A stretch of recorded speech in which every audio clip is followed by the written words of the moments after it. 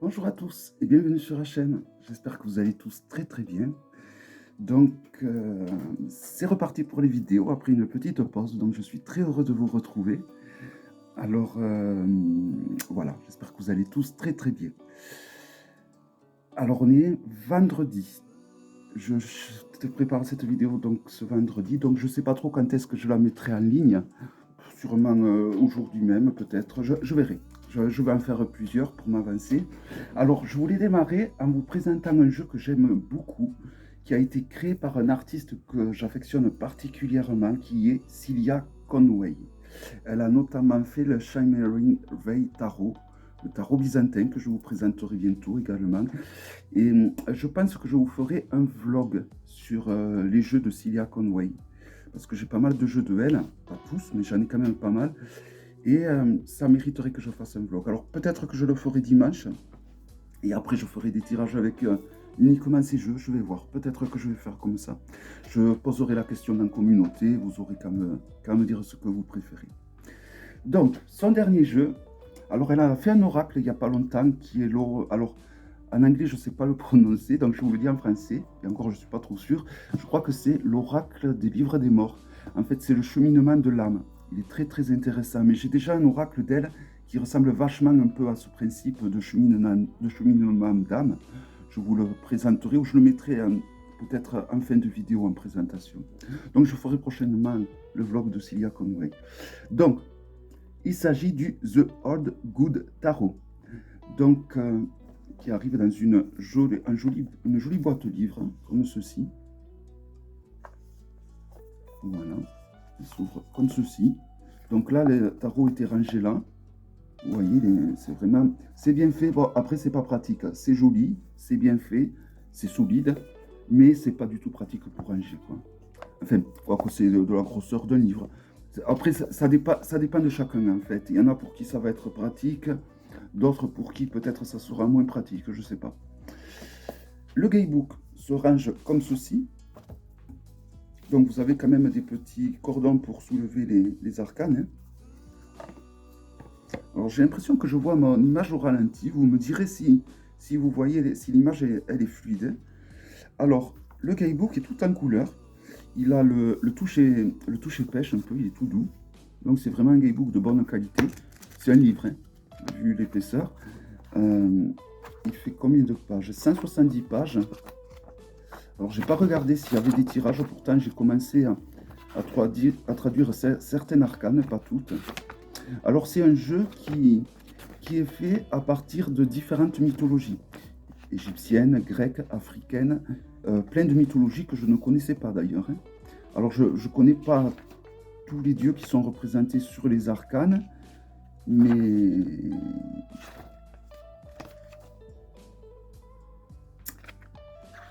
il y en a quand même que j'arrive à reconnaître. Mais voilà, c'est pour ça que bon, c'est intéressant peut-être de traduire le Gaybook. Donc, alors pour vous présenter le Gaybook, alors comme il est tout en anglais, ça va être compliqué, hein. Alors vous avez la représentation de la totalité des arcanes, ça peut être intéressant, voilà, qui est également sur la boîte, hein. Alors, c'est vraiment, il a l'air très intéressant. Je crois que je vais me lancer dans la traduction totale de ce Gaybook, hein, parce que bon, ça ne me parle pas du tout comme ça. Alors, moi, je l'ai utilisé parce qu'elle parle donc, je pense qu'elle doit parler des différentes mythologies qu'elle a usées pour faire ce jeu. Donc. Alors, après, c'est un jeu qui suit le rider. Il y a juste que les personnages de cours qui ont été renommés. Mais vous allez voir, en soi, c'est pas compliqué, hein. Il suffit sinon de faire un petit papier pince-bête, comme je fais souvent. Et voilà. Donc, au niveau... Alors, il n'y a pas de tirages qui sont proposés, il me semble, hein. Bon, après, quand on utilise ce genre de jeu, je pense qu'on est quand même... S'il y en a. On est quand même... on connaît le tarot, hein. Alors, il y a plusieurs tirages qui sont proposés. Il y en a un sur le passé et le futur. Alors, je ne les ai pas essayés, donc je pense qu'ils sont très bien, hein. Alors là, j'en vois deux. Il y a des exemples en face.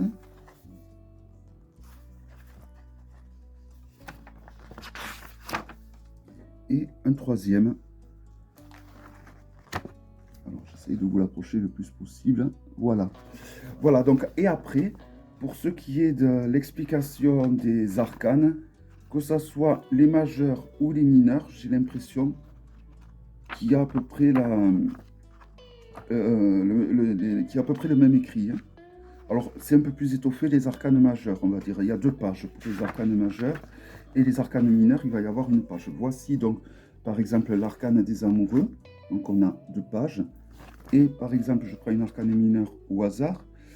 Le 7 de calice, donc le 7 de coupe, ou là, donc on va avoir une seule page pour les arcanes mineurs. C'est largement suffisant que l'on débute ou pas. Voilà. Donc un guidebook assez intéressant. Alors moi j'ai traduit sur le moment, à l'instant T, en fonction de l'arcane que je retournais. Voilà. Donc je traduis à mon rythme, vraiment tout doucement, sur le moment. Et voilà. Alors c'est un jeu où les arcanes mineures sont, on va dire, pas illustrées ou semi-illustrées. Elles sont symboliques, on va dire. Voilà. Donc j'ai retrouvé un pochon de Margot, des oracles de velours, qui est magnifique. Il est simple, vous voyez, mais il est de très bonne qualité et super joli. Je ne sais pas si elle fait toujours des pochons d'ailleurs. Et pour accompagner ce magnifique tarot, j'ai trouvé un quartz Aqua Aura, connecté donc aux esprits angéliques entre autres. Voilà, donc c'est un jeu hexagonal, donc qui a 1, 2, 3, 4, 5, 6, 7, 8 côtés. Alors, les arcanes sont mélangés, mais j'ai séparé les mineurs des majeurs, ce qui c'est assez facile à faire parce qu'il y a un code couleur. Voilà donc le dos.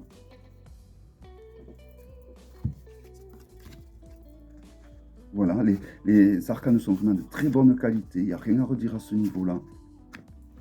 Alors je m'étais fait un papier pince-bête, mais je ne le trouve pas. Bon, ce n'est pas bien grave. Je vais vous dire par quoi ont été remplacés au niveau de la nomination. Alors pour les personnages de cours, on a 2 pages comme les arcanes majeures, hein.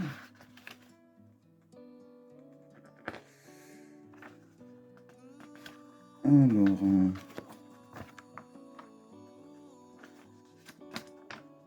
voilà.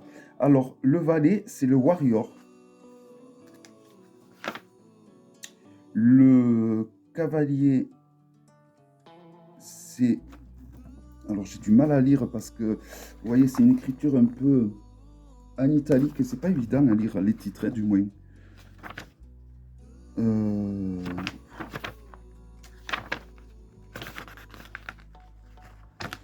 Les cavaliers ont été remplacés par les priestesses. Ouais. Les rois par les gouttes, donc les dieux, et les reines par les goddesses, donc les déesses. Voilà, c'est assez simple, c'est vraiment pas du tout compliqué. Voilà, warrior pour les valets, priestess pour les cavaliers, good pour les rois et goddess pour les reines. Je vais y arriver. Le contour des arcanes, en plus d'être solide et cuivré, ou mat, doré mat, c'est des contours. Voilà, c'est selon moi, je peux trouver que c'est les contours de meilleur. C'est dans le temps ce qui résiste le plus, je trouve, hein, par rapport, du moins, à ma façon d'utilisation. Donc, je vais vous présenter les arcanes majeures et je vais vous dire au final le nom. Donc, je m'excuse, c'est un peu un désordre, mais alors il y a une arcane supplémentaire, je vous la présente de suite. Alors, vous pouvez la mettre en début ou à la fin. Normalement, elle se met à la fin. Il s'agit du The Wild Good. Voilà. Où on voit un dégradé de couleurs vraiment magnifique, hein. Voilà, c'est vraiment un jeu de très bonne qualité. Alors, vous voyez, il y a un code couleur pour montrer qui est différent que celui-là, qui est légèrement différent que celui-là des mineurs. Je ne sais pas si ça se voit. Il est un petit peu plus gris, les mineurs. Là, c'est un peu plus crème. Et au majeur, on voit vraiment la nette différence, hein, vous voyez, par rapport à celle-ci, et par rapport aux mineurs, ça se voit encore plus. C'est pratique, ça a été très pratique pour moi, vu que j'avais mélangé le jeu, pour vous le présenter. Voilà, donc c'est parti pour la présentation. Alors, il y a plusieurs dieux qui sont illustrés sur les arcanes. Je suis loin de les connaître tous. Alors là, par exemple, on a la force. C'est un jeu qui suit l'ordre du Marseille. Donc, c'est vraiment des jeux, et tous ces jeux. C'est pour ça que j'apprécie énormément ces tarots. Alors, je reconnais Atlas au fond, qui était condamné à porter la terre sur ses épaules, hein, vous voyez. Donc ça, je pense que c'est un dieu hindou, forcément. Et dans le coin, je ne sais plus. Voilà pourquoi c'est intéressant peut-être de traduire, alors peut-être pas totalement les arcanes, mais pour voir les dieux qui sont représentés dessus, parce que les dieux mythologiques ont souvent des caractères un peu humains, avec beaucoup de travers. Ils sont pas blancs, ils sont pas noirs, ils sont gris au niveau du caractère. Et donc c'est intéressant de savoir quel dieu est représenté dessus, parce qu'on peut rajouter à l'interprétation les spécialités ou les particularités des dieux. Alors là, on a la lune, avec Hécate, évidemment. Voilà. C'est vraiment un très très beau jeu. Alors, les arcanes majeurs, je crois.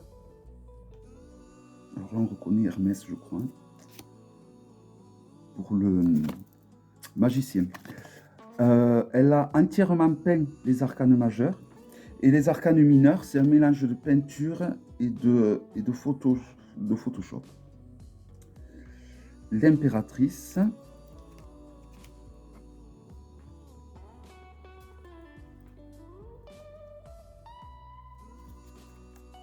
L'empereur.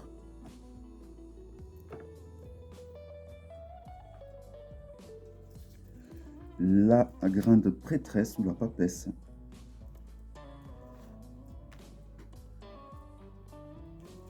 Le chaman pour le pape. Donc vous avez la nomination qui est juste en bas. La tempérance.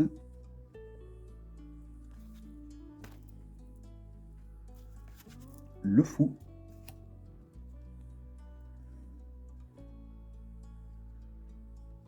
Les amoureux, alors je l'avais traduit et je me souviens déjà plus, pourtant il n'y a pas longtemps, il y a 1 ou 2 semaines, je l'avais traduit l'arcane des amoureux parce que je l'avais tiré. J'ai complètement zappé les dieux qui sont référencés dessus. La justice. Donc la justice en 8. Donc c'est très intéressant. On peut utiliser vraiment de la numérologie traditionnelle pour ce jeu, car ça suit, du moins me concernant, un ordre de numérologie qui me parle. Alors après, chacun le verra en fonction de son parcours. Hein. Alors là, on a la roue de fortune avec plusieurs dieux. Alors, celui-là qui a la faux, j'en suis pas sûr, mais... Alors, je reconnais Ganesh. Alors, les moires, Amo, qui tissent les vies. Et il me semble que Atlas avait une faux comme ça. Le titan du temps. Mais je ne suis pas sûr, hein, il faudrait vraiment... Alors moi, je vous encourage à essayer de deviner les différents dieux si vous êtes... le soleil, si vous êtes branché à différentes mythologies, et évidemment, je pense qu'on ne pourra pas tout reconnaître, il vous faudra quand même vous lancer un peu dans certaines traductions.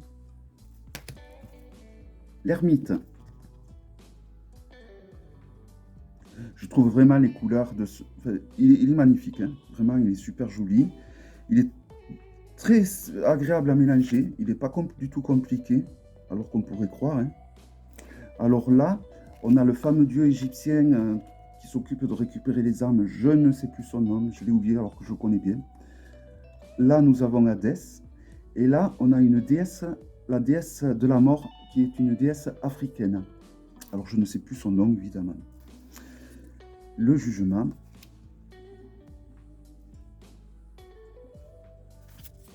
Le chariot. Celle-ci aussi, je l'avais traduit.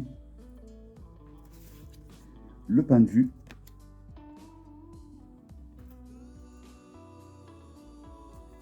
La maison de Dieu, donc avec Poséidon au centre et avec Kali également. Ça va très bien, les dieux qui ont été choisis pour représenter la maison Dieu. Le diable que j'avais également traduit, mais décidément, je suis une vraie passoire. Hein. Le monde.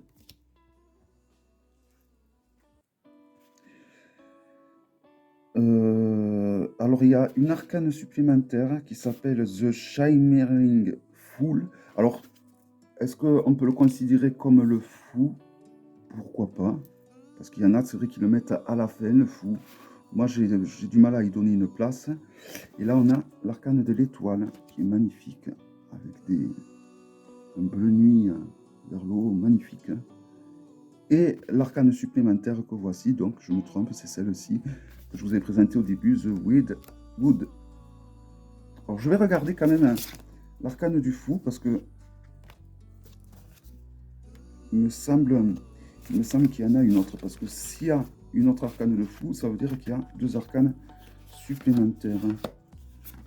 Donc le magicien, non. Non. Voilà, donc c'est bien le fou. Hein. Ah et non, voilà, le fou, 1-0. Donc il y a 2 arcanes supplémentaires. Hein. 2 arcanes supplémentaires que vous pouvez placer au final là où vous voulez. Alors on a le The Wild Good et The Shimmering Fool. Voilà. Voilà donc pour les arcanes majeures. Alors celle-ci n'est pas vraiment en soi une arcane majeure. À vous de voir, soit vous la mettez complètement à la fin des 78 arcanes ou à la fin des arcanes majeures, comme moi vous le voyez. Les arcanes mineurs, c'est parti. Alors, je vous ai dit, je m'en souviens déjà plus, le warrior, donc c'est le valet. Le priestess, c'est le cavalier, mais j'en suis pas trop sûr. Il faudra vraiment que peut-être je fasse une traduction un peu plus... Bon, après les caractéristiques, il me semble que c'est bien ça. Hein. Bon, en tout cas, on a le 2 de calice, donc pour le 2 de coupe. Bon, vous voyez, il y a quand même pas mal de symboles. C'est quand même gérable. Hein. L'as de calice, donc l'as de coupe.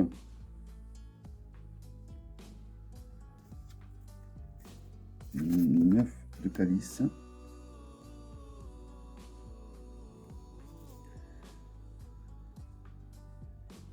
Alors c'est le 5 de denier, ils appellent le 5 de Hops. Alors je m'excuse un peu, je suis vraiment une bille en anglais, c'est une catastrophe.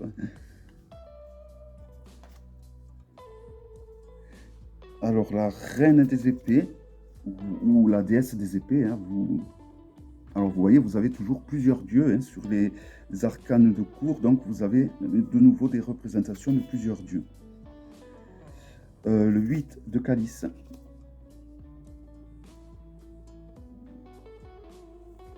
Le warrior d'épée.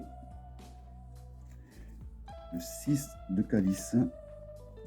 Je suis étonné que ça ne soit pas plus mélangé que ça, parce que quand même je l'avais bien mélangé. Le 7 de calice. Alors je vais compter. Hein. Le 10 de calice. En fonction des couleurs, on peut vachement utiliser les couleurs dans ce jeu aussi. Au niveau de la symbolique, ça c'est très intéressant. Le 4 de coupe. Et donc ça aide. Hein.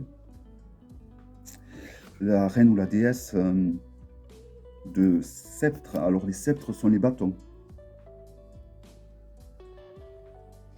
Alors le valet ou la prêtresse, je sais vraiment pas comment on dit de bâton. Le 7 de sceptre ou le 7 de bâton. Vous voyez, c'est quand même... Voilà, il y a quand même pas mal de symboles. Il faut les analyser, quoi. Le 9 de denier, ou bien le 9 de Hops. Non, mais là, il y a un souci. Je le prononce vraiment très très mal. Il faut que je regarde quand même la prononciation. Alors moi, j'ai fait le choix de le mettre dans un pochon, mais à vous de voir hein, si vous voulez le garder dans la boîte, parce que si vous avez une bibliothèque, La boîte va très bien dans une bibliothèque pour le coup, hein. On peut très bien le ranger. Alors, j'avais pas encore des jeux hexagonaux comme ça.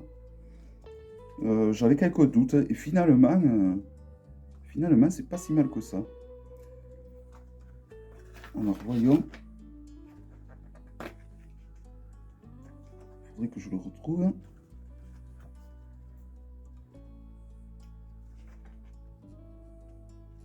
Warrior. Prix 13, bon.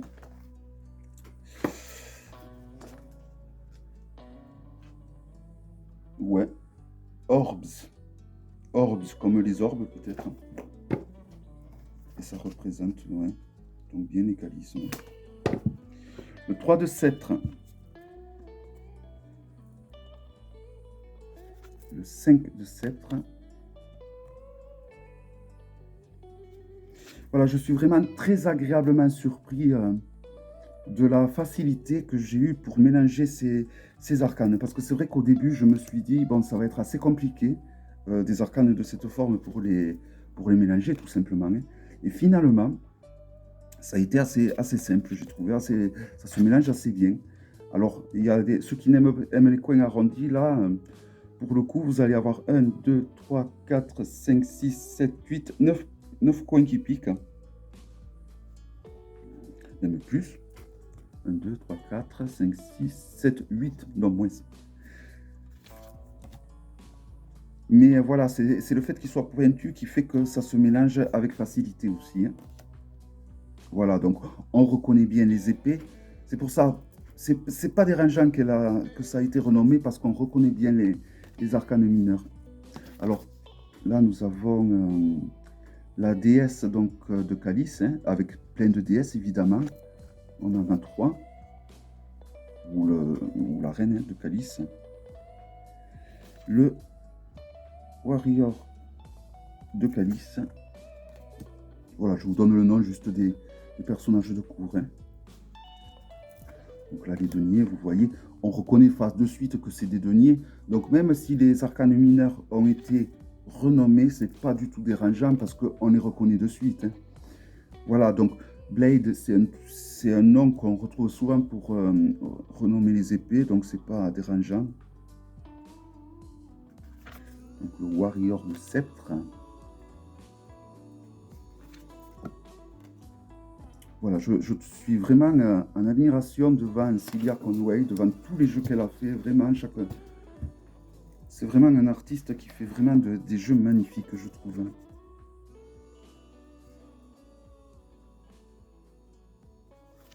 La prêtresse de Calice.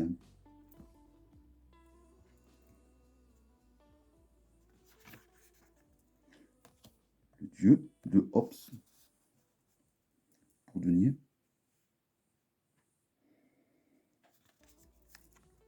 Les épées. Voilà, vous voyez, vraiment, même si c'est pas illustré, il y a vraiment beaucoup. Alors, il faut savoir lire les symboles, évidemment, mais à la fois, ben, c'est l'occasion ou jamais de se mettre à apprendre à lire les symboles à la fois, hein. Parce que, ben, bon, quand on tire les cartes, ben, c'est quelque chose qu'il faut apprendre à faire, hein. C'est du moins que je recommande, moi, hein.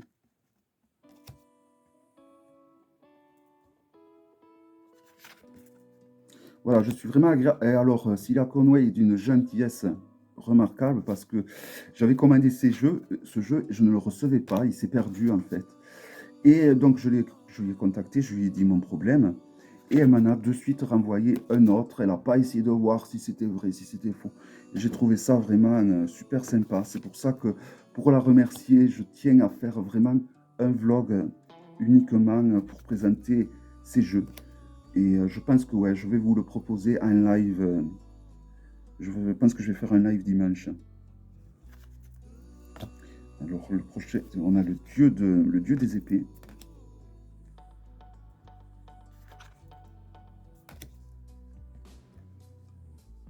Le dieu des calices.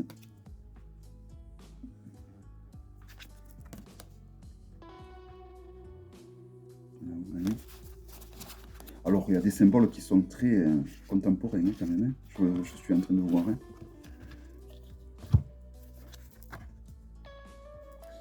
Voilà, alors j'aime bien c'est vrai que, comme Claire dit souvent, c'est bien les jeux qui, par exemple, que les jeux sur l'Égypte, que les jeux sur les Grecs, sur la mythologie grecque. Donc là, on a... Oh, j'ai du mal, hein, quand même.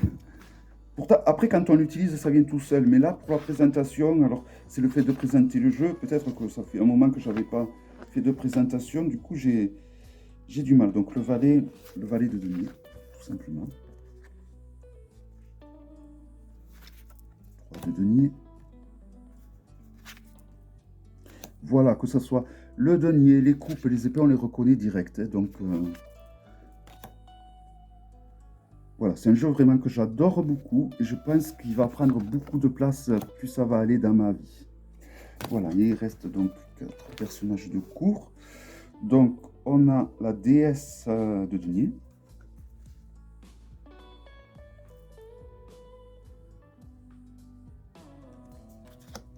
Le dieu de sceptre. Et le dieu de denier. Voilà. Voilà, donc un tarot très original. Le fait que c'est un mélange de plusieurs mythologies, moi j'aime bien, parce que du coup ça me fait découvrir plein de mythologies que je ne connaissais pas, parce que quand même elle a intégré la mythologie africaine qui est très peu connue. Il y a de la mythologie sémurienne, il y a vraiment plein de mythologies différentes. Et c'est vrai que voilà, j'aime bien parce que ça permet justement de connaître plein de dieux, plein de mythologies auxquelles on ne connaît pas forcément. Voilà, donc vraiment un magnifique tarot que je suis vraiment contente de m'être procuré. Alors si vous voulez vous le procurer, Celia Conway a un site donc en Angleterre. Donc je sais que le trafic a repris avec l'Angleterre. Ça avait été un petit peu tourmenté, là c'est reparti. Voilà. Donc un tarot que j'adore, voilà. Il n'y a pas d'autre mot. Alors je ne l'ai pas comparé, mais à côté d'un Grimaud, alors je ne sais pas si on peut vraiment le comparer, parce que c'est pas du tout... Alors la hauteur par exemple, ben, c'est plus grand qu'un Grimaud, légèrement, hein. Voilà, donc on ne peut pas trop le comparer. En tout cas, la qualité, elle est top, hein. Voilà. Un magnifique tarot. J'espère que cette vidéo vous aura plu. Je vous donne rendez-vous à très bientôt pour une prochaine vidéo. Bye bye.